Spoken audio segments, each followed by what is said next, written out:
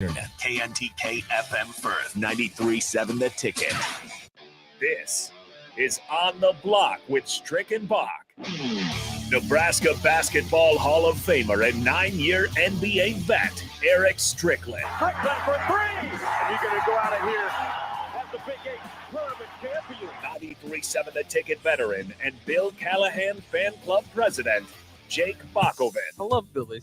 Coming at you live from the Coppel Chevrolet GMC studios in the heart of Lincoln, America. On air and online at theticketfm.com. Sponsored by the Mercado by Certified Piedmontese. This is On the Block with Strick and Bach. Hold up.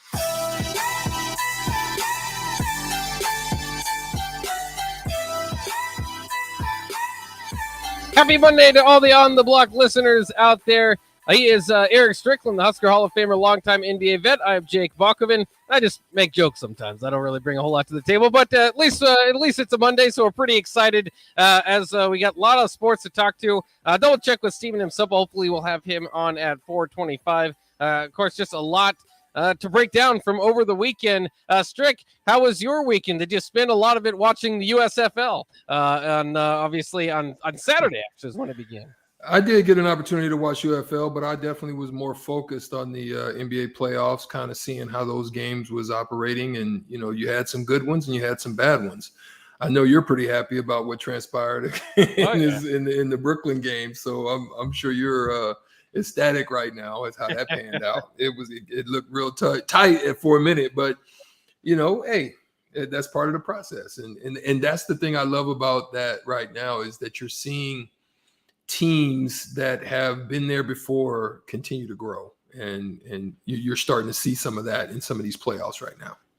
Yeah, it's interesting to kind of see how that plays out. Like you're saying, I mean, maybe some of the younger teams like Memphis, they dropped their first game. Maybe it's not an alarm, but, you know, teams that have been there and done that, or maybe we'll do a little bit better in the first round, at least as we get acclimated to playoff basketball. It's a little different than regular season basketball. So that's pretty exciting. I can't wait for game 2, like you said, in the Garden in Boston. Plenty of other, a few games tonight that we'll look forward to as well. The NBA playoffs, one of my favorite times of the year. Some people think it's too long. I know we got that on the text line the other day, 2 months long. The only reason I would say that or would agree with that to a degree is I do always feel like there's, on the way to the championship or following your team, I always feels like there's a series where I'm on vacation, and that's happening again. Or, it's usually just a normal time to go out and have a weekend somewhere, and then it's just a lot of games that you got to stick to. So it's fast and fun all, but sometimes you miss a game or two, and I hope not to miss too much of it. So obviously, I got my eyes on a lot of it, so I was good. I didn't stay the whole course on it because again, I did do a little peeking at the USFL. I wanted to see how it was going. I would say we're going to get into that in the upcoming segments, but I was impressed. I was actually quite surprised that how good some of the games actually were. There were some aspects of the game that made me feel real like, okay, this is unique, this is different. I love it. So obviously it just keeps me more interested because eventually basketball is going to drop off the table. You always have March Madness. You're excited about how March Madness goes. You get into it. Your bracket gets busted off the frame, and then you go to just kind of watching the entertainment of it and some of the surprises that come out of that, and then you go into the playoffs, and for me, that's really the only time I really watch the NBA. It's just not the same for me. But when you get into playoff time, they get a little bit more inspired, and you kind of see a little bit more grittiness, and you still see a lot of flopping and all that stuff going on. But hey, that's the new game, but it does get a little bit more interesting, and then all of a sudden that drops off the map, and then hey, listen, I played baseball. I like baseball. I'm not going to say I don't really watch baseball until we get into October. You know what I mean? Right. So for me, the USFL is going to be something to kind of keep me engaged. And obviously what we do here on the block, we do sports. So we got to do, some sports. But it gives me something else to talk about. So I like that. Yeah. So we'll get to that again. Pretty good ratings weekend for the USFL. Solid. A bit of a surprise, but also, the Boston Marathon took place today. I'm not going to name who. Not my cup of tea. Yeah. Well, yeah. I I mean, like it though. I think it's interesting. You know what I mean? Obviously, It's a what sport. transpired some years ago with that situation, but for the most part, it's pretty interesting. Listen, those people and the dedication that they put into it. It's not just you just show up and run a Boston Marathon. It don't happen like that. Yeah. But it's the progression of building up to running a race of that magnitude is what I kind of observe, and I kind of watch people as they do the 5K, and they kind of do these little under 5K, and then they'll all of a sudden get into a little bit more and do a 10, and then they'll do some other things. And the other one that's interesting me is the triathlons and those types of races. They're pretty interesting, where you got to swim and you got to get on a bike and then you got to run. Shoot, that's athletic to me. Yeah, or they'll put up like a big wall with a mud pit behind it. I always like those sort of things, but it's hard to like it. It's not like there's stars. You kind of think of now I'm gonna forget what it was called. American Gladiators, I think. Yeah. Was that it in the late 80s, 90s? Yeah. That was kind of fun because they had like enemies. They had like 3 different guys that they would name Iceberg or something, and every week that's the guy you have to get around. So I mean, maybe if they did something like that, but like I said, with the marathon or like any of these 5K types, so it's just hard to track because it's not stars of the sport. It's just like a new guy wins all the time. It's like, man, that's incredible for his moment, and him or her, and they'll be known for a long time because of that, and go down in history. But I mean, what am I going to tune into the next race they're into? No, no. It's not really like that. But it is cool. Do you watch the bike? What do they call it? I did a little bit with Lance Armstrong. Yeah, what do they call he it? Was good. Cycling, maybe. I'm not cycling. Sure. Well, but it's something they call it like text line help me, because I've watched it, but 402-464-5685. What is it called when they do and it's a circuit. It's not just one race. It's a big circuit. Oh, yeah. Like they go around, they go to Italy, and they go to all these. Some races have more hills, some have more flat, some have a combination, and they actually do it. But there's the big race. I can't remember what it's called. Well, they do the Tour de France. Tour de France. That's the one. Yeah, maybe you're supposed to pronounce it France, but they do a lot of them though. It's not just the Tour de France. That's the big one. That's like the granddaddy of them all. But they do a lot of different races. Yeah. Like here in the States, we're used to NASCAR, but around the world, Formula One is the thing. Like people really be going to all these Formula One races, and like I remember Schumacher used to be one of the wealthiest drivers and athletes in the world, because there's so many people that follow that sport. Maybe I should have gotten a car. Did you ever get into racing aspect? Like did you ever run, cycle, even cars? Get into that at all? I did do track early on. If you go down to Mission Junior High, some of y'all listeners pop into Mission Junior High, where I went to junior high school, you'll see some records probably still up there from Stricky. But so I did. I ran like the 100, 200. Again, I was never fast. I mean, I think probably my best 100 was maybe like 11.6, 11.7, something like that. I wasn't very fast, but I did throw a mean shot put. I put that thing out there somewhere, and then I high jumped, and I think I broke the record in that. But I didn't do it in 9th grade. I did it only in 8th grade. I was gonna say, in high school you were doing football, baseball, and basketball. So usually. Well, I didn't do baseball until my senior year, but. Oh, okay. I was just saying, usually track's kind of like the sport that you get into to pair with your other sport, right? But if you already got all these other sports going along, then maybe you don't do track. Hey, listen, I will give somebody an Eric Strickland baseball card. The number. And you know what? My football number was number 6. The number 6 caller that can tell the other sport that I did that no one knows about it, and you're the number 6 caller, or if you're whoever after that gets it, and if it gets up to 10, then I'll just tell you. But you go the 6th caller if you can get it, but if it goes up to 10 and you don't get it, I'll tell you. But there was a sport that I actually played that a lot of people don't know about. Yeah, give us a call right now, 402-464-5685. We'll get you want to just get some of these guesses on air? Yeah. Yeah, let's get some of the guesses Come on there. I on. don't know if our production guys are listening too much over there, but that's what we're going with. We got people calling in, and can you hear me, Nick? They don't know why this is happening, but can you hear? Oh yeah, Strick's having people call in to guess a I will sport. send you a baseball card. He's going to give a away basketball card, but it's a baseball card. Mhm. So just put these guys on there so we can guess. They can guess the sports that you played. It's kind of fun to go through those. We got some guesses off the text line, but I'll let these guys get on and guess, and we can see if we can get the sport going down. It's so is it? It's like a rare sport, or just not a sport you would think of initially? It's a sport that you wouldn't think of. You wouldn't think of, but I actually did another sport. But it's allowed in the state of Nebraska, obviously. Let's go to the Honda of Lincoln hotline, 402-464-5685, and see if James can guess. James, what is your guess? Hey guys, well, I had a guess, but then you said it's a weird sport. No, I mean it's a sport. I mean it's an Olympic sport. It's a sport. All right.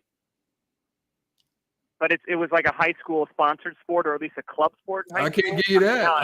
I can't tell you that. That might give you a little bit too many. But yeah, it's something that happens out there. Okay. All right. Well, I'm gonna guess tennis. Wow, tennis. Pretty good guess, but that's not it. Oh, that's not it. Good guess though, James. Let's go to Jeff. Jeff, do you have a guess for what sport Strick played in high school? Obviously, other than his major. Well, not high school, but it was in the transition through high school. Yeah.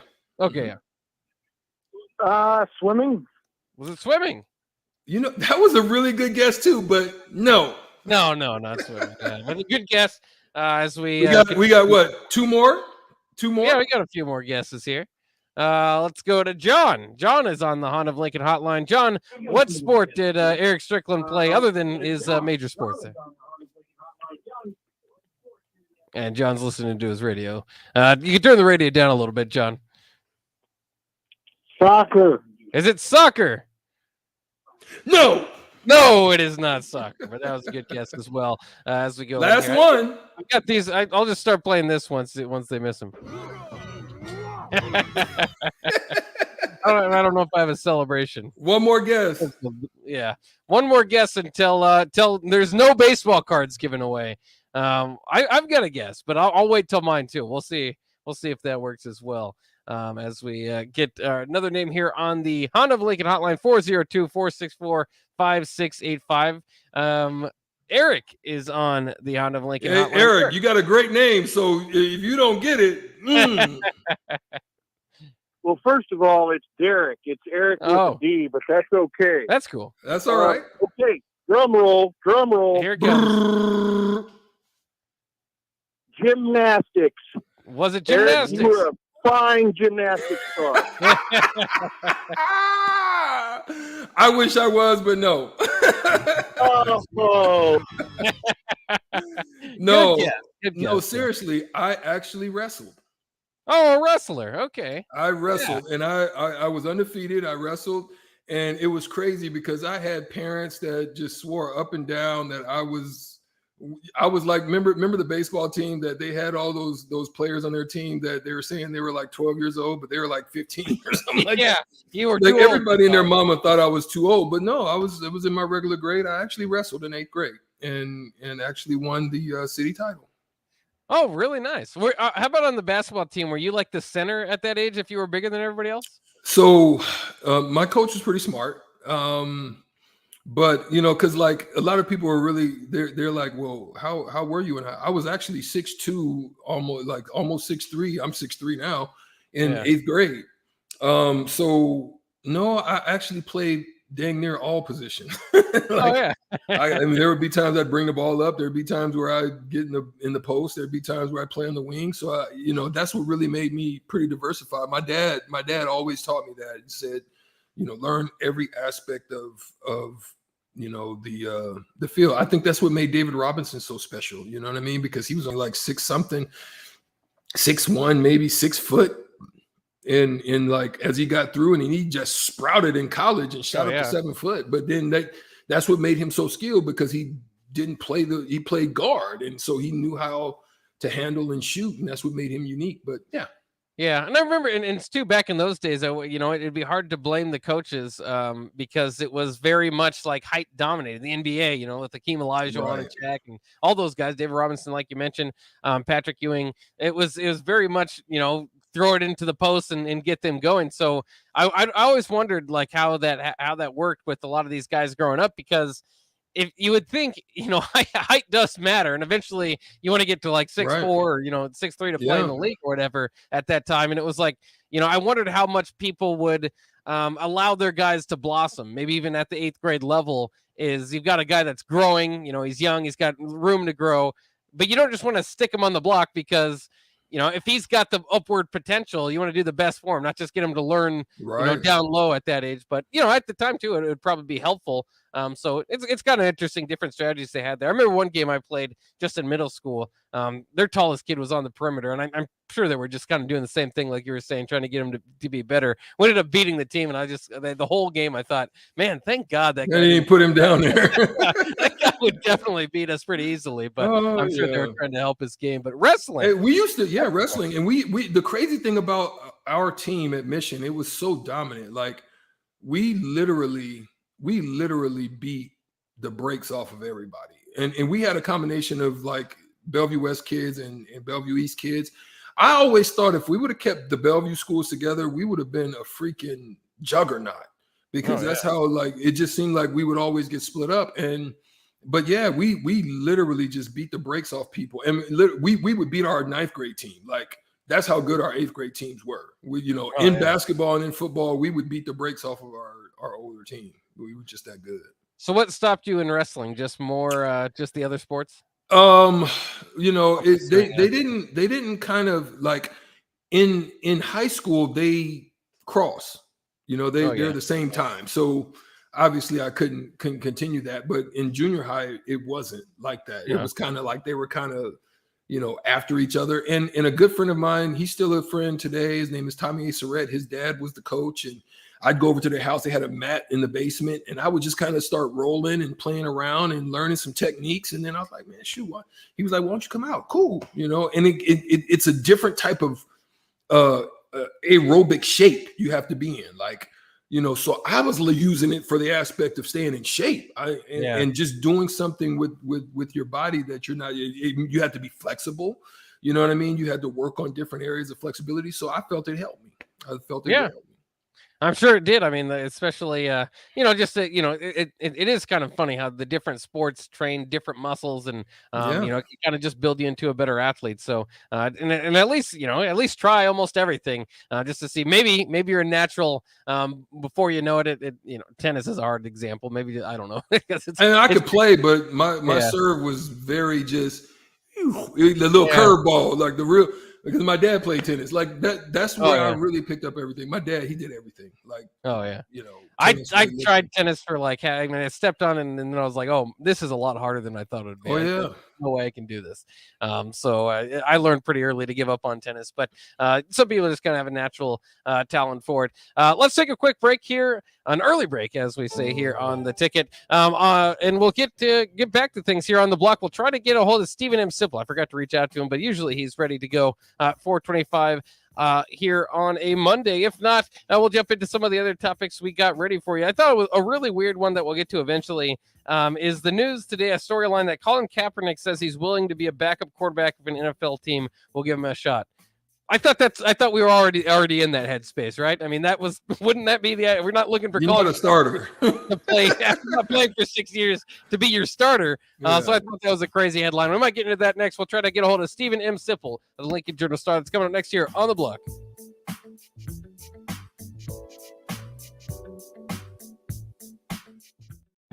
This is your High School Minute. With your Southeast Community College High School Minute, I'm Gus Cottle. Gretna quarterback Zane Flores, the highest-rated quarterback in the Nebraska 2023 class, has committed to Oklahoma State. Lincoln East baseball defeated Lincoln North Star 9-5. Bellevue West boys soccer defeated Omaha Benson 3-1. Creighton Prep soccer defeated Gretna 2-1, and Kearney boys soccer defeated Omaha Central 5-0. Lincoln Southeast girls soccer defeated Norfolk 3-1. Lincoln High girls soccer defeated Omaha Bryan 7-0. Papillion La Vista won the girls tennis Lincoln High Invitational with Salil Chung from Papillion La Vista coming away with the singles victory. This has been your Southeast Community College High School Minute. Learn more today at southeast.edu.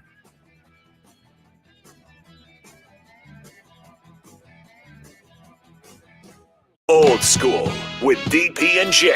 And I learned this about the difference between the college game and the NFL. Every play is designed offensively and defensively for one guy to make a mistake, whether it's being out of your gap, forgetting the blitz, forgetting a check on offense, forgetting the snap count. In college, it might be explosive play, 15 yards, whatever you deem as explosive play. The pros, All of them are house. all of them are, the guy will hit his head on the goalpost. On 93.7 The Ticket and theticketfm.com. Early break with Sip and Jake. Again, we're joined by Yoshi Hardrick, former Nebraska offensive lineman, currently a Winnipeg Blue Bomber of the CFL, two-time champion. What was it like going from the Big 12 to the Big 10 1 year to the next? Well, my first defensive end was 280 to 300 pounds. And every team we played had two tight ends in. I was like, we're about to play some football. Early break with Sip and Jake from 6 to 8 every weekday morning on 93.7 The Ticket. Shopping for new flooring is different today. Getting your questions answered, making the right selection, getting the best value, and installed quickly and professionally. Visit ostreetcarpet.com or shop our store. We'll answer all your questions and help you make the right choice. You'll be enjoying your new floor in just days for less than you'd pay elsewhere. Carpet, vinyl, wood, laminate, tile, and area rugs. We've got it all. O Street Carpet. 1732 O Street. Family owned and operated. Always the best value. You know that feeling after a good, hearty meal? The worries of the world just slip away. Time slows down. Nothing but good times and good company. That's what you get with Mary Ellen's Food for the Soul. Mary Ellen's does food right, with a menu that includes smoked wings, pulled pork, brisket, catfish. And don't sleep on their sides, shrimp and grits, collard greens, baked beans. It's food that makes your heart happy. Mary Ellen's Food for the Soul, just east of 27th and Pineland. Let them fix you a plate. 93.7 The Ticket. Fox KFXL weather. Brought to you by Bryant Air Conditioning, Heating, Electrical, and Plumbing. Your first alert weather forecast tonight, clear and cold. Overnight lows 28. Partly cloudy, warmer, very windy on Tuesday. Highs near 60 and south winds gusting over 40. I'm NTV Chief Forecaster Kent Boughton for 93.7 The Ticket and theticketfm.com. If you need to sell equipment and trucks, Ritchie Brothers' new Lincoln Storage Yard lets you free up space at your property and get local access to all Ritchie Brothers auctions. Drop your equipment off and sell it online at any Ritchie Brothers auction, Iron Planet, or via Marketplace E. The yard is at 8801 Highway 6 in Lincoln. It's secure and makes for easy in-person buyer inspections and pickup. Take advantage of this yard to sell at Ritchie Brothers Great Plains Regional Auction on June 16th. For details, visit rbauction.com/Lincoln. Spring is here. Are you giving your yard the best chance at being healthy and green? Call Penner Sprinkler and Lawn to get your sprinklers ready to go for the season if they haven't been working properly. They're also scheduling installs for new sprinkler systems if you don't have one. So make sure you contact them early to get a bid as soon as possible. Plus, they're your one place to go for 5-step fertilizer and pesticide application and lawn aeration. Call Penner Sprinkler and Lawn today at 402-413-1215. At first, I was really nervous and intimidated to buy a ring. I wasn't sure what I was getting into. My experience at Starter Heyman was very easy. I felt like I walked out of Starter Heyman with the ring that was going to make her go wow and say yes. I love my ring. It is so beautiful. I absolutely love my ring. I get compliments on it all the time. I always tell them Starter Heyman. Yeah, we would definitely recommend Starter Heyman. Yeah, it was great. We're definitely coming back in the future.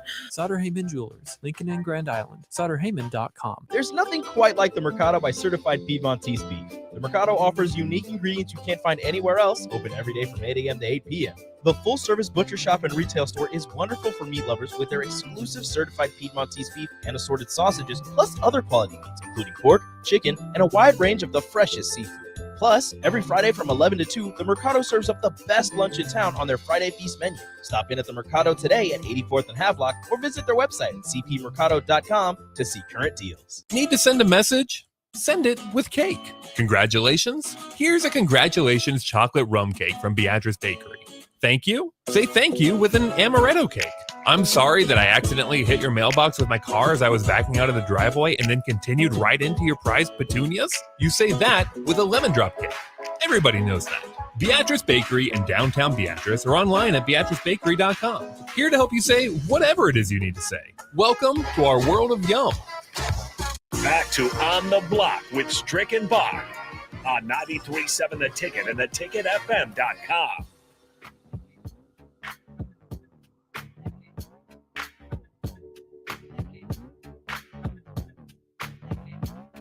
We're back here on the block on a Monday as we get going here. And that, as usual, means that we will be joined by Stephen M. Simple of the Lincoln Journal-Star and, of course, of Early Break here on the Honda of Lincoln hotline. Sip, how you doing? Oh, I'm doing fine. I appreciate you making me a regular guest, guys. Fun. I like coming on. Sid, we thank you for joining us on the block, man. We love you and we appreciate it, man. We thank you for taking your time because we know you're busy. You know, you have an early show. Not that busy, especially this time of year. And I like talking sports, and I like talking sports with you guys. So let's do it. Yeah. There's a lot to go on. Not necessarily a whole lot of breaking Husker news to go through, but I think there's a few interesting things going on. First, how about just a preview or a tease to get back on the Ticket website and look at your conversation with Yoshi Hardwick this morning? How did that go? Oh, thank you, Bach. Thanks for asking. It was incredible. Yoshi is, first of all, he's naturally good on radio. Yoshi is very well spoken.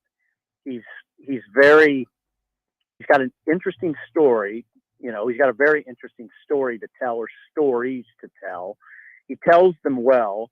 I mean, when I say that, I mean everything from being a 7-year starter in the Canadian Football League, 2 championship rings, 2 Grey Cup championship rings, basically the face of the Winnipeg Blue Bombers franchise.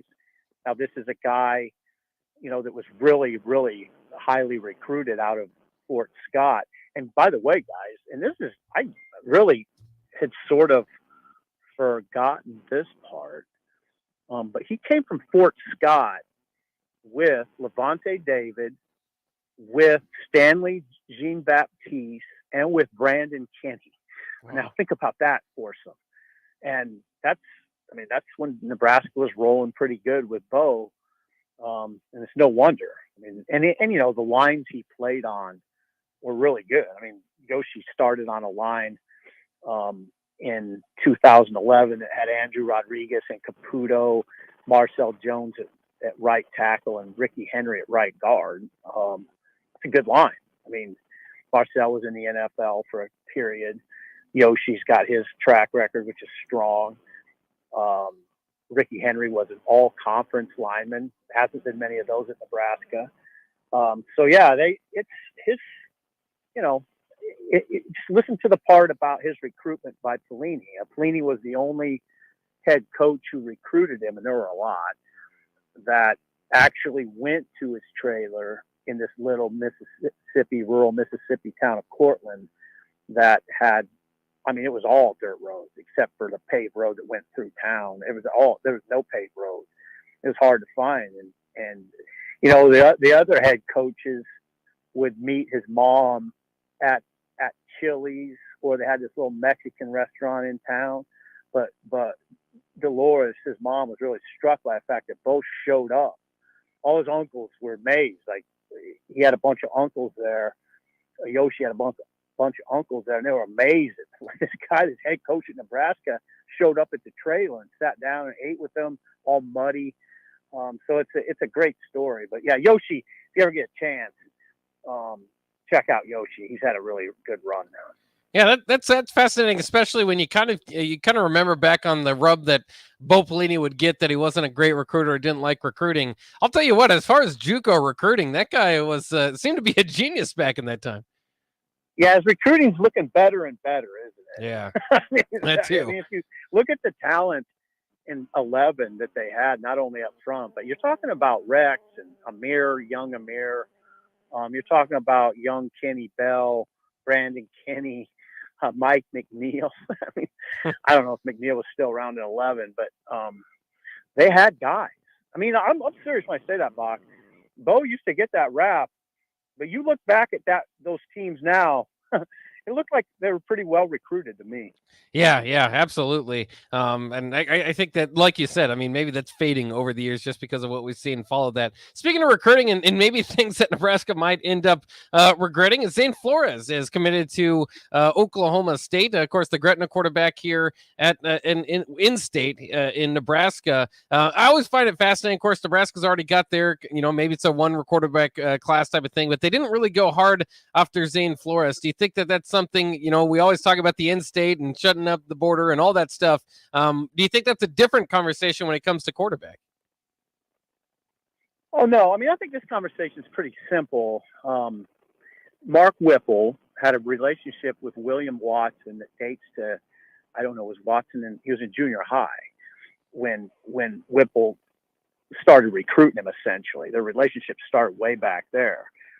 I don't make this controversial, and I'm not suggesting you are either, Bach. I just think that Whipple had his guy, and I think, and I know that you can't have blind faith in coaches, and we've seen now that you really, when we're seeing it in Nebraska, you really can't have blind faith in coaches. But I mean, at a certain level, you have to trust Mark Whipple here, right? He went and got his guy. I mean, that's what I want coaches to do. Is if I'm a fan anyway, I would want. That got really loud, isn't it? I'd want the coach to identify the player, the quarterback he feels most comfortable and confident in, and get him. I don't care where he's from. It doesn't matter. I don't think it matters if he's from Gretna or if he's from wherever. In this case, Massachusetts.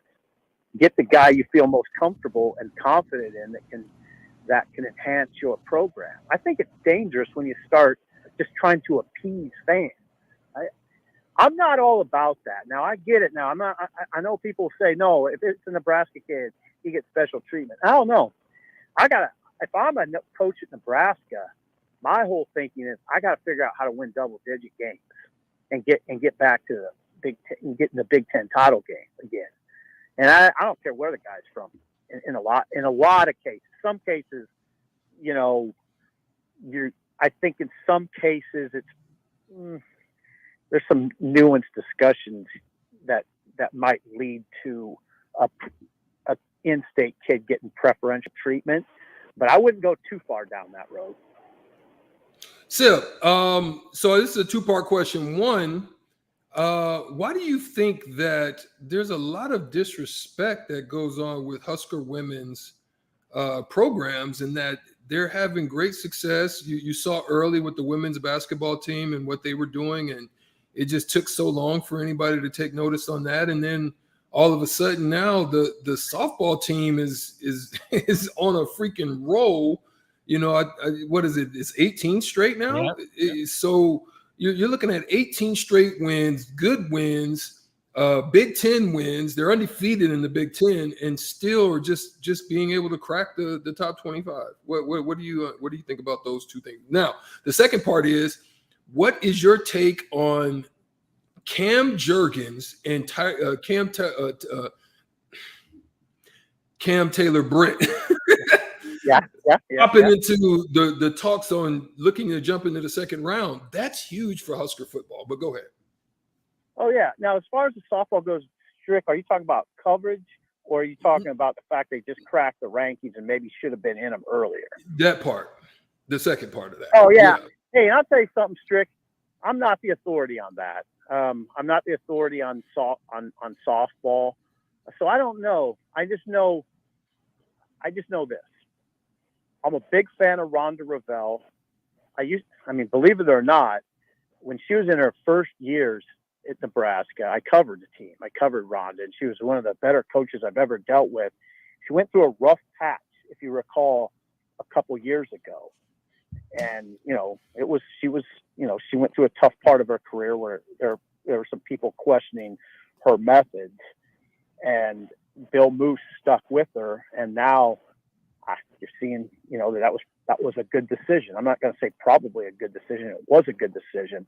And I'm personally happy to see it. Now, I don't focus I focus on football. That's my focus. So I don't know about whether they should have been in the rankings or not. As far as Cam Jurgens and Cam Taylor-Britt go, wow. I mean, those are impressive guys, both of them in their own ways. But I know, and I don't know them personally necessarily. I know them in a media player sort of relationship, but I know enough about them that they're examples of guys that push through a lot of tough situations. And that's really, Strick, as you know, Strick, as much as anyone, you don't get to where they're at without being able to push through stuff. And they're examples of perseverance and hard work. Think about Cam Taylor-Britt. He came here. He was a quarterback in high school. Think about how much he had to learn to get to where he's at now. Same with Cam Jurgens. That's where their story is the same. Cam Jurgens played tight end and running back in high school. And now, Frost had a great idea to move him to center. It's worked out. It's worked out really well, as a matter of fact, to the extent that I think he's almost a certain second round pick and maybe sneaks into the first. But yeah, they're both great character guys who happen to have a lot of talent, like a lot of explosive talent. And it's kind of interesting, especially as we look upon this upcoming year in the NFL draft. It's just been a long time since Nebraska's had a second round pick. I think it's Randy Gregory or Amir Abdullah or something like that from all the way back in Bo's days.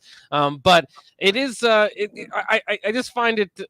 I guess what I'm trying to say here is that there's a lot of talent leaving the program, and obviously they didn't perform as well. But I guess I would just have a lot less trouble buying in that this is going to be the year that Nebraska turns it around if you could have some of those names like the Cam Jurgens, Cam Taylor-Britts, JoJo Domans, even guys that aren't getting a whole lot of NFL buzz like a Deontay Williams. It seems like a lot to lose.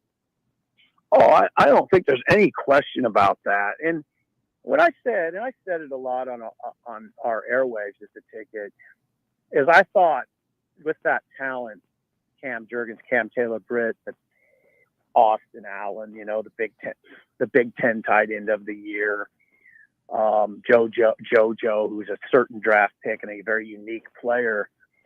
I maintained consistently that was a team that was good enough to play in a bowl game. And I thought they should have been in a bowl game. And I think, and I've said, I don't mind saying it, I don't mind reiterating, because especially in the context of this conversation, if I were a coach at Nebraska, I would feel like we didn't maximize. And I don't think they maximized that talent. You know what though? They didn't, it's not like they came too far away from it. Then it gets back to that conversation about the tough schedule, right? And they played teams close. They weren't that far from being a bowl team, but they didn't get there. And yeah, you're seeing a lot of guys that have impressed NFL people, and because they're very good players, and those players should have been in a bowl game. And then this another thing that pops up, not always fun to talk about, but the Paterno legacy is a special East 60 tonight. And of course, Nebraska very much involved with that, played in the first game, without Joe Paterno there. We all know about the Sandusky schedule that went on there. And I just saw like clips of it revisiting, taking down the statue. Now there's people kind of debating whether there should be a Paterno statue in State College. Just what were your memories of just how kind of crazy those few weeks were leading up to the Nebraska game, to where it was like, should we, I remember feeling like, should we be playing a football game? Oh yeah, there was definitely that feeling. I think that, I remember that trip very well. And of course, Ron Brown had a very memorable talk on the field before the game with the teams. It was a very complex situation. In that, yeah, you wondered if they should play. Now, I felt they should. And in retrospect, I feel more strongly about it. I didn't think it felt that weird. I think it was good. I always kind of feel that way. Obviously not. not all situations call for you to keep going forward, but I think most of them do, and I thought that one did. But I don't know. Here's the thing, Bob. As you were asking the question, I feel like it's one of those situations that I don't want to relive it. I'm not interested in reading about it. I'm not interested in reading about any fallout. It was an ugly situation. I feel like I learned enough about it to know what the situation was, and I don't want to revisit it.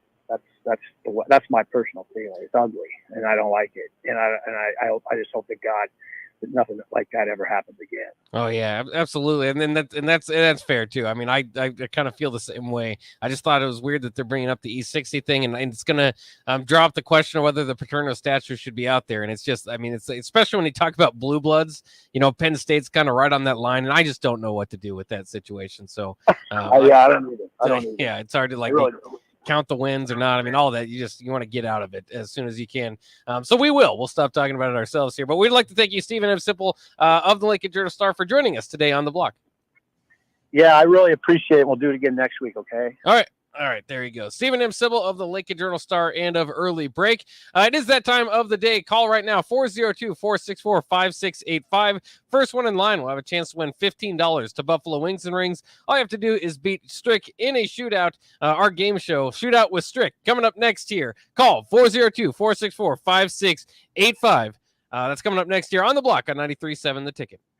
Hi, Sean Callahan here for Koppel Chevrolet GMC, and it's been a great start here to the year as 2022 new inventory continues to roll in. Our pre-owned lot remains full, and we are selling at a record pace. I was just down at Koppel talking about a new order for myself, and they let me know I can actually start ordering a 2023 here later this spring. So stop on in to get your new 2022, your pre-owned vehicle, or maybe talk about ordering here for 2023. Check them out online at koppelcars.com. You'll be glad you did. Shopping for new flooring is different today. Getting your questions answered, making the right selection, getting the best value, and installed quickly and professionally. Visit OStreetCarpet.com or shop our store. We'll answer all your questions and help you make the right choice. You'll be enjoying your new floor in just days for less than you'd pay elsewhere. Carpet, vinyl, wood, laminate, tile, and area rugs. We've got it all. O Street Carpet. 1732 O Street. Family owned and operated. Always the best value. Your home should not be a zoo to unwelcomed animals. Let the experts at Bats to Rats take care of those problems. Dane has been a leader in wildlife and pest management and prevention in Lincoln and the surrounding area for 15 years. He can help you get rid of bats, rodents, and anything else. Whether it's residential or commercial buildings, schools, apartments, or churches, they're always a phone call away. Call today at 402-310-0904 or visit batstoRats.com. Bats to Rats Wildlife Control and Prevention. An Empire Fence is an investment in your home. This year, use your tax return to make that investment. Get a free instant quote with the online estimating tool at empire-fence.com. See an upfront estimate with no hidden fees. An Empire Fence can provide privacy and security while improving the appearance of your home. Visit empire-fence.com to view the stylish and maintenance-free possibilities for your home. With your tax return on the way, schedule your project now. Your home is your empire. Protect it with Empire Fence. You want to feel important. You want to be a part of something bigger, something that matters and can help change things. You want to feel like you belong. We know. We felt that way too, and that's why we did something about it. We aren't just Army National Guard soldiers. We are normal people just like you.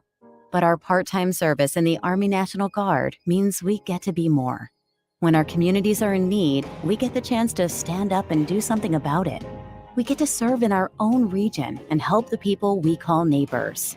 Whether they are in the mountains of New Mexico, the plains of Nebraska and Kansas, the ranches of Oklahoma and Texas, the farmlands of Missouri and Arkansas, or the bayous of Louisiana, we are here for our hometowns.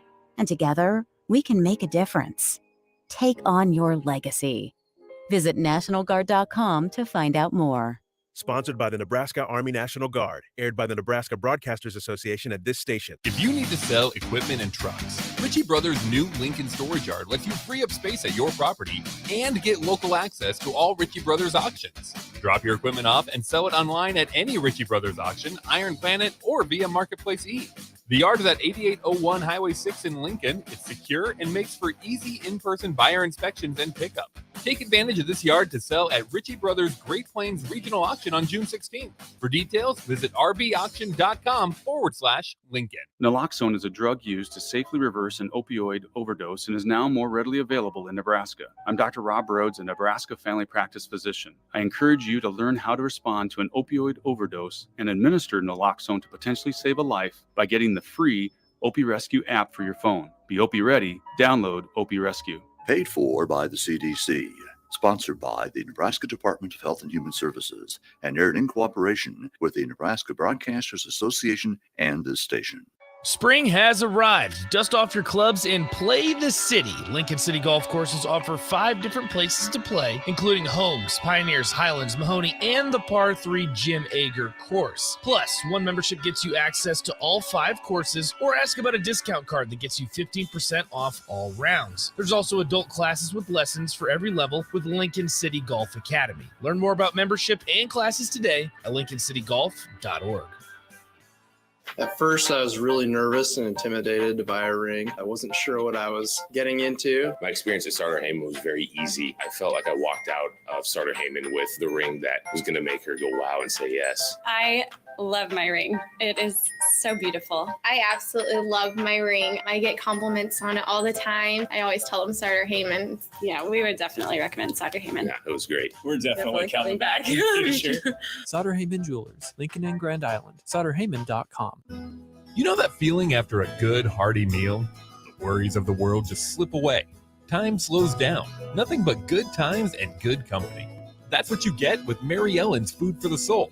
Mary Ellen's does food right, with a menu that includes smoked wings, pulled pork, brisket, catfish. And don't sleep on their sides, shrimp and grits, collard greens, baked beans. It's food that makes your heart happy. Mary Ellen's Food for the Soul, just east of 27th and Pineland. Let them fix you a plate.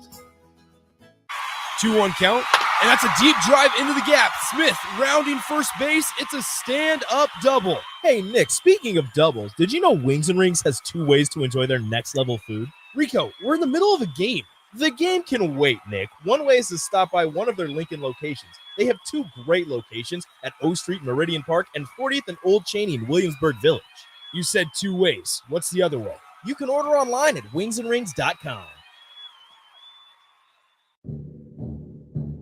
It's time to play Shootout with Strick. Call now, 464-5685, to take your shot against Eric Strickland. Shootout with Strick, brought to you by Buffalo Wings and Rings. Time to play the game!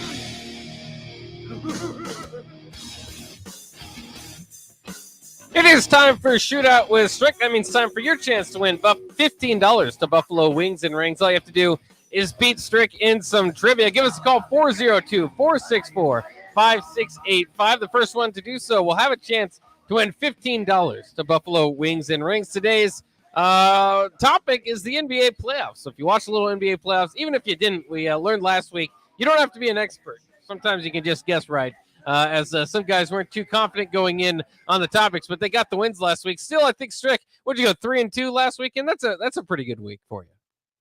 It was solid. I mean, you know, we can do better, so we're going to work on doing better this week. Yeah, well, in order to do better, we need a contestant. So call in 402-464-5685 so we can get a contestant going here. We're trying to give out $15 to Buffalo Wings and Rings, so that shouldn't be too hard for somebody out there that wants to eat some very delicious chicken. Give us a call, 402-464-5685. Did I know you probably watched a little bit about it. You already talked about it a little bit, but which NBA playoff game had your attention most this weekend? I would say the Boston series was one of them. That was with Brooklyn. That was one I found interesting, as well as the Timberwolves and Grizzlies. A lot of people kind of overlook the Timberwolves, but the Timberwolves, they got some dogs on their team. I mean, Big A. Edwards, man, Anthony Edwards is a beast, and then Karl Anthony Towns is not anything. So I thought that matchup was a good matchup. So I was really looking at that. Didn't expect too much. I actually thought Warriors Nuggets would be a little bit, better. But hey, listen, Jordan Poole went nuts. So I knew the Mavericks would struggle without Doncic, and obviously they came up a little short. But listen, it's some good series out there. But definitely that Brooklyn series was one. And again, the Bucks and Bulls is another one that's interesting. But listen, Giannis and that crew is something else as well. So we'll see how these next two games, this next round of games go, and we'll see if somebody can change the perspective of how things are. Yeah, it's interesting too. It's nice to have the Bulls back in the playoffs, but I feel like there is a little bit missing from your bigger cities. It'd be nice to have the Knicks, certainly the Lakers and the Clippers in there. And something that we don't talk about, that we talked about ad nauseum last time the Lakers missed the playoffs, is how's the NBA going to do without LeBron in the playoffs? It's just very much a rarity, and obviously he draws a lot of attention. So very intriguing stuff as we go on throughout the playoffs here. We have Mike on the Honda of Lincoln hotline. Mike, how you doing? Not too bad. All right, good to hear from you. Are you? Did you watch any NBA playoffs over the weekend? I have barely watched any NBA playoffs in the last 15, 20 years. Gordon left. Fair enough. There are a lot of fans. You and me too. Yeah, Strick's even one of them. He didn't watch himself play in the playoffs when he was young. He probably couldn't watch himself. But in any case, let's get Strick's score first, and we'll know what Mike needs to get to. Again, 4 either-or questions, and then the money ball, an open-ended question. Are you ready, Strick? All righty. All right, let's go in 3, 2, 1. Who led the Jazz in points in their win over the Mavericks? Rudy Gobert or Donovan Mitchell? Donovan Mitchell. That's correct. Who led the 76ers in assists in their win over the Raptors? Tobias Harris or James Harden? James Harden. That is correct. The Heat beat the Hawks by double digits. True or false? True. That is true. Who finished with more assists in Game 1? Kyrie Irving or Jason Tatum? Jason Tatum. That is correct. And who led the Raptors in scoring in Game 1? Siakam. That is correct. All 6 points go to Strick, who was watching apparently all these games. We were trying to get you confident, but I guess Strick was taking notes throughout the week, as he's got 6 points there. So you can't miss now, Mike. You can't miss one. How's that go? Yeah, there we go. We'll make it out and shoot lights out. Oh yeah. Hey, listen, Mike. I had one of them Michael Jordan against Portland moments where you just put the hands up and you're like, hey, I can't help myself. All right, Mike. So we need a perfect score for you. Are you ready to go? Yep. All right. Who led the Timberwolves in scoring in their win over the Grizzlies? Anthony Edwards or Patrick Beverley? Patrick Beverley. It was actually Edwards. Who led the Warriors in assists in their win over the Nuggets? Klay Thompson or Draymond Green?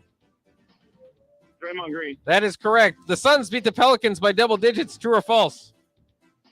True. That is true. Who finished with more points in Game 1? Brandon Ingram or Chris Paul? I'm going to go with Ingram. It was actually Chris Paul. And who led the Bucks in scoring in Game 1? Giannis. It was Giannis. So 4 points, usually a pretty good score that would push Strick to the edge, but he had all 6 today. So unfortunately, you are not going to win in this way. But thanks for calling in, Mike. Thanks for calling, Mike.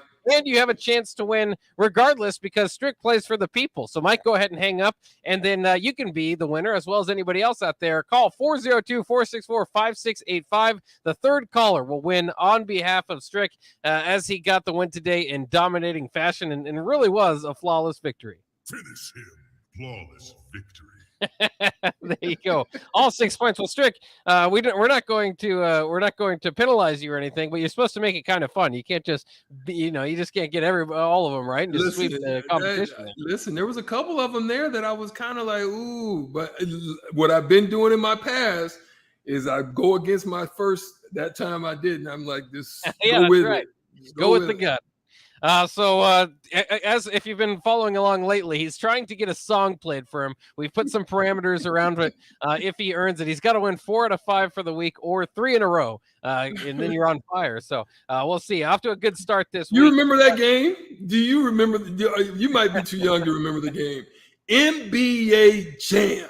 Oh yeah, that was when you would get to playing, and then all of a sudden he's on fire, and then you can just hit from anywhere with the man. Oh listen, yeah, that game was hilarious. I love that game.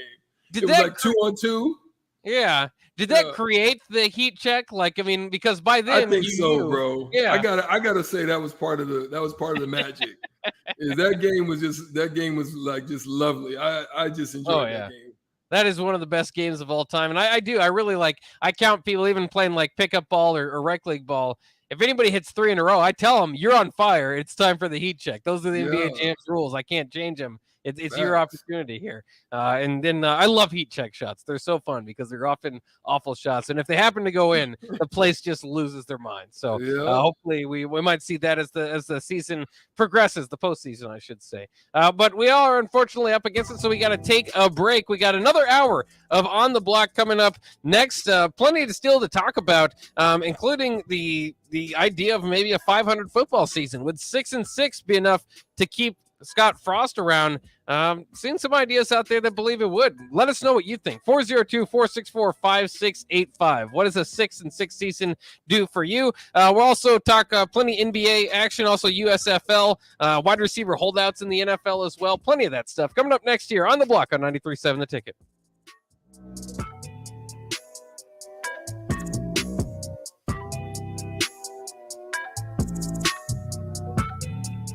Naloxone is a drug used to safely reverse an opioid overdose and is now more readily available in Nebraska. I'm Dr. Rob Rhodes, a Nebraska family practice physician. I encourage you to learn how to respond to an opioid overdose and administer naloxone to potentially save a life by getting the free Opie Rescue app for your phone. Be Opie ready. Download Opie Rescue. Paid for by the CDC.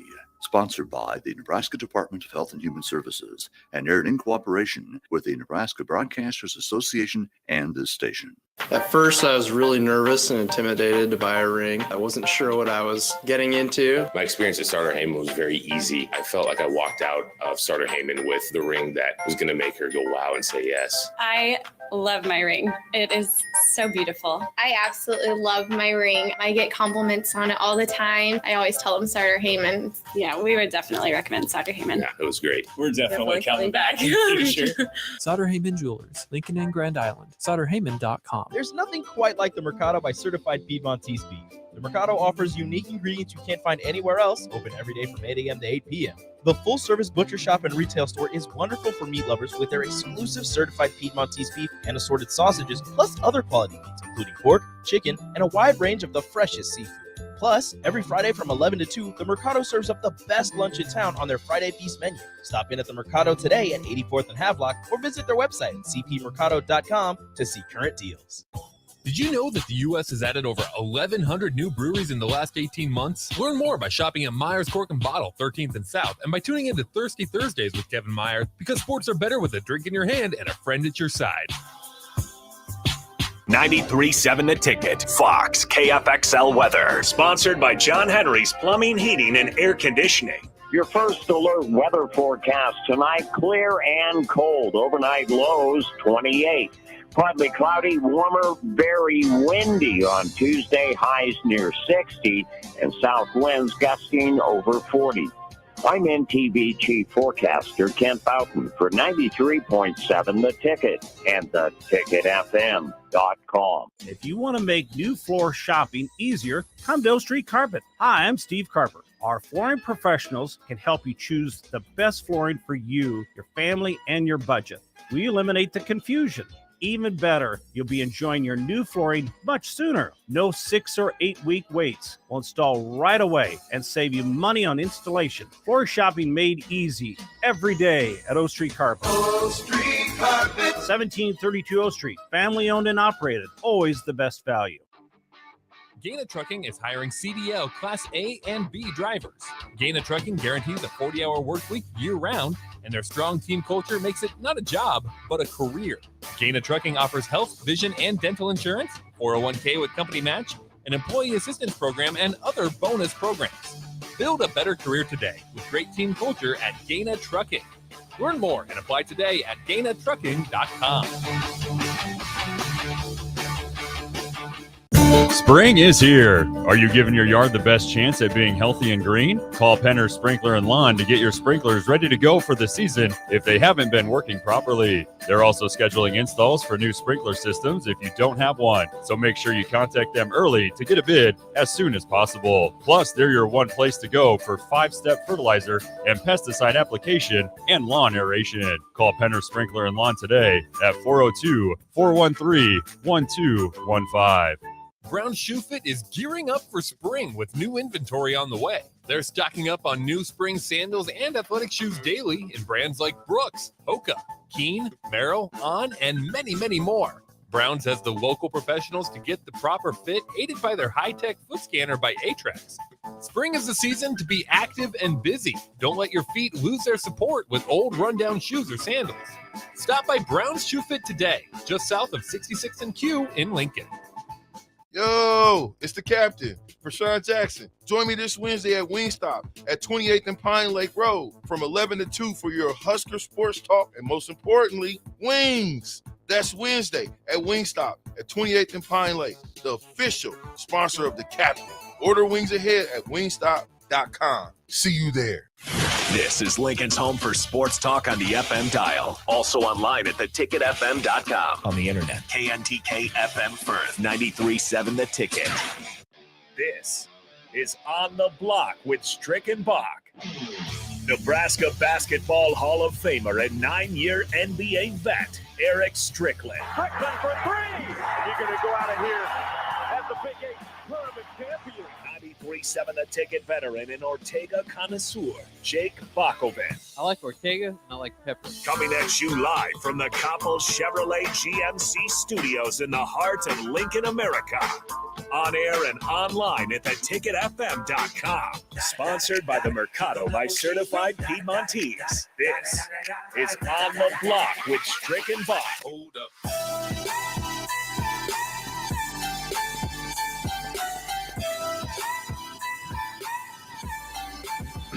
Yes, yes.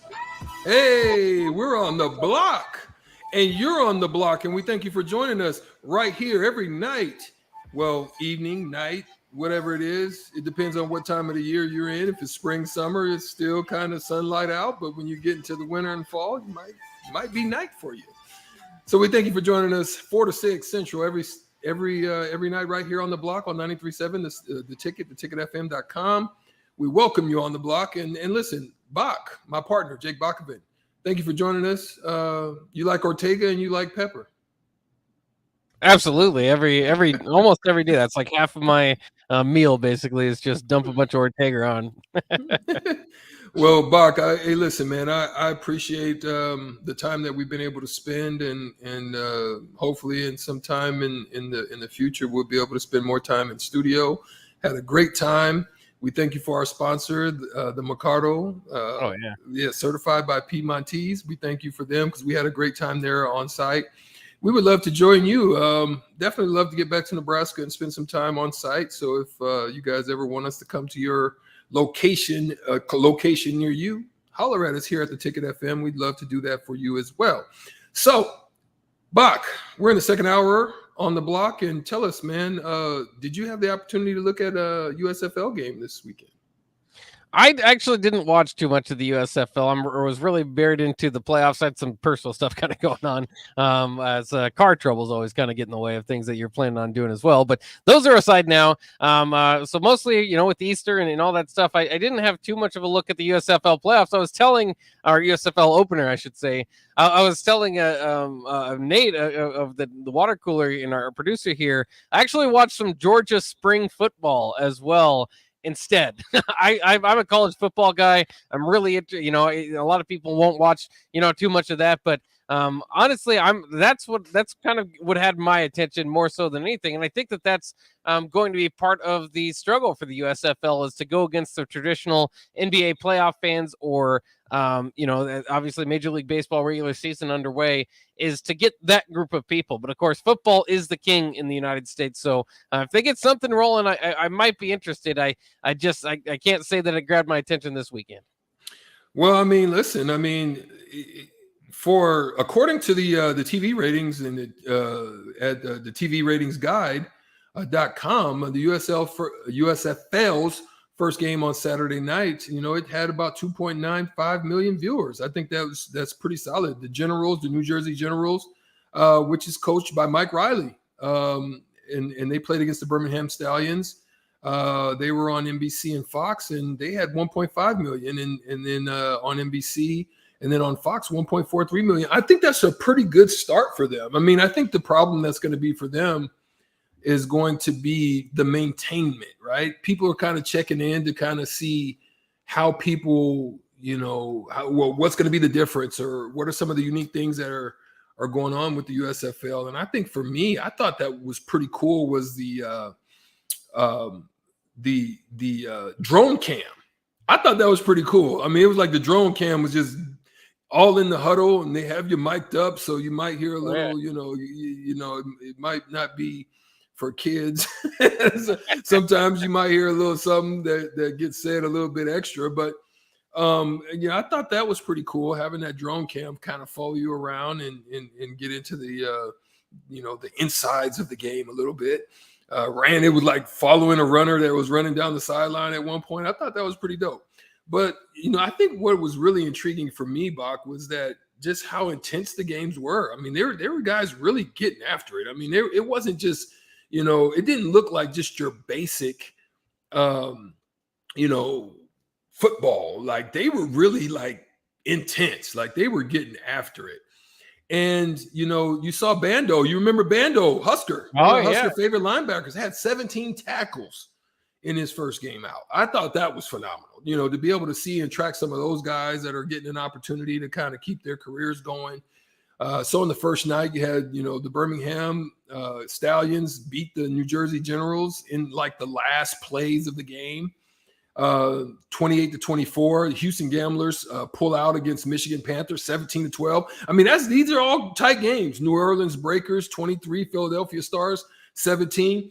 And then tonight, you'll have Tampa Bay Bandits and the Pittsburgh Maulers going at it, but that'll be on Fox Sports 1. But I think one of the problems that they also have is that they really didn't do a good job in, I think, location placement. I mean, we talked about that before, is location placement in any business is important, right? But when you're competing in New Orleans against the Saints, let's be real. You know what I mean? You're not going to get the same turnout.